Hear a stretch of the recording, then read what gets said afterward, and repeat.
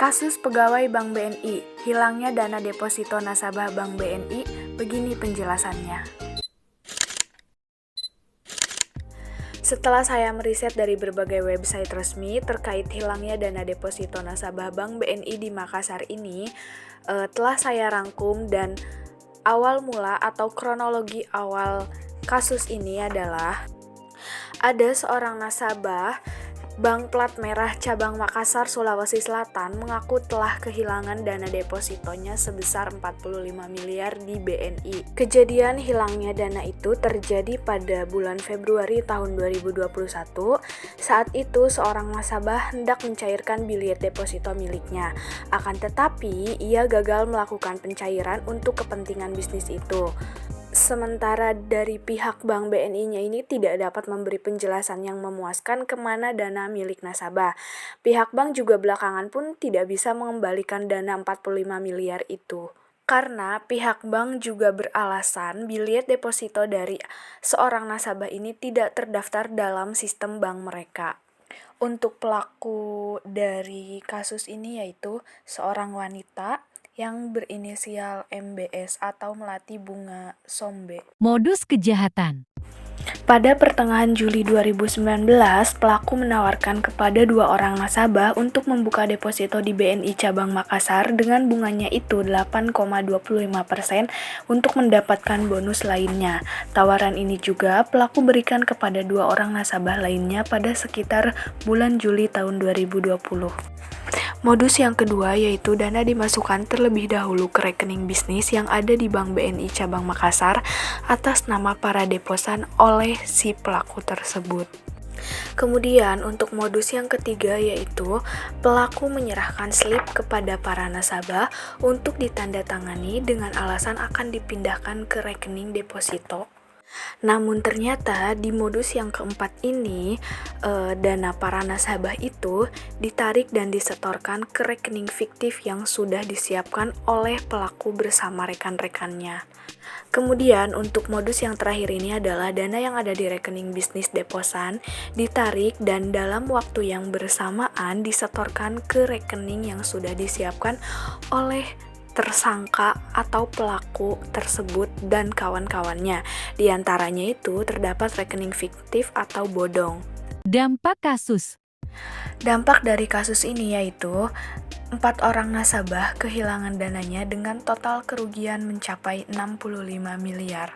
Dalam putusan pengadilan, majelis hakim memvonis terdakwa Melati B. Sombe atau pegawai Bank BNI ini dengan pidana penjara selama 10 tahun penjara dan denda sebesar 10 miliar dengan subsidiar 4 bulan kurungan. Analisis. Manajemen risiko.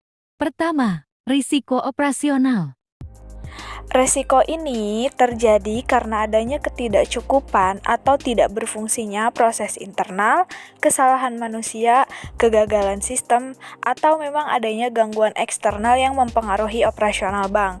Nah, kejadian resiko operasional yang terjadi pada kasus ini disebabkan oleh human error atau memang kesalahan manusia, yaitu dari pegawai banknya itu sendiri yang nantinya dapat memicu terjadinya resiko-resiko lainnya seperti resiko kepatuhan, resiko hukum, dan resiko reputasi. Kedua, risiko kepatuhan. Resiko ini disebabkan karena bank tidak mematuhi dan atau tidak melaksanakan peraturan perundang-undangan dan ketentuan yang memang berlaku, yaitu perilaku atau aktivitas bank yang memang menyimpang atau bertentangan dari standar yang berlaku secara umum, seperti yang dilakukan oleh pegawai Bank BNI ini dari kasus hilangnya dana deposito nasabah sebesar 65 miliar. Ketiga, risiko hukum. Resiko hukum ini memang resiko yang timbul dari akibat tuntutan hukum dan atau kelemahan aspek hukum. Keempat, risiko reputasi. Dari ketiga resiko sebelumnya, resiko yang terakhir di sini adalah resiko reputasi. Kenapa resiko reputasi? Karena resiko ini sangat-sangat berpengaruh terhadap kelangsungan bank itu sendiri. Karena resiko ini akibat dari menurunnya tingkat kepercayaan masyarakat terhadap bank tersebut karena adanya kasus hilangnya dana deposito ini menjadi masyarakat agak kurang percaya terhadap bank tersebut karena ketika masyarakat ingin menyimpan dananya, takut dananya diambil oleh si pegawai bank tersebut. Mitigasi pencegahannya. Nasabah harus selalu mengaktifkan BNI Mobile Banking sehingga dapat memeriksa kondisi rekeningnya setiap saat. Masyarakat diminta agar berhati-hati ketika menerima tawaran produk dan dokumen dari pegawai bank. Masyarakat juga diminta agar tidak asal percaya dan harus selalu mengecek pelang.